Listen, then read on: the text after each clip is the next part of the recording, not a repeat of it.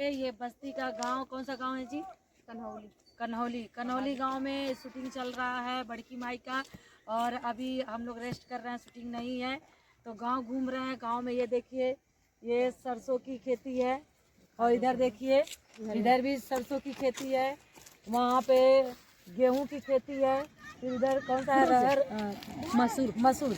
उधर मसूर का है। तो हम लोग ये शाम का समय है, मस्त घूम रहे हैं और देख रहे हैं कि कैसा लग रहा है गांव का माहौल, शहर का वातावरण और गांव का। देखिए ये हमारी बहुत ही प्यारी और अच्छी दोस्त है, जो इसका घर भी इसी बस्ती में है। तो शूटिंग करके आज हम इसके वहाँ आए हैं घूमने और ये हमें पूरा गांव घुमा रही है, खेत दिखा रही है, गाँव दिखा रही है।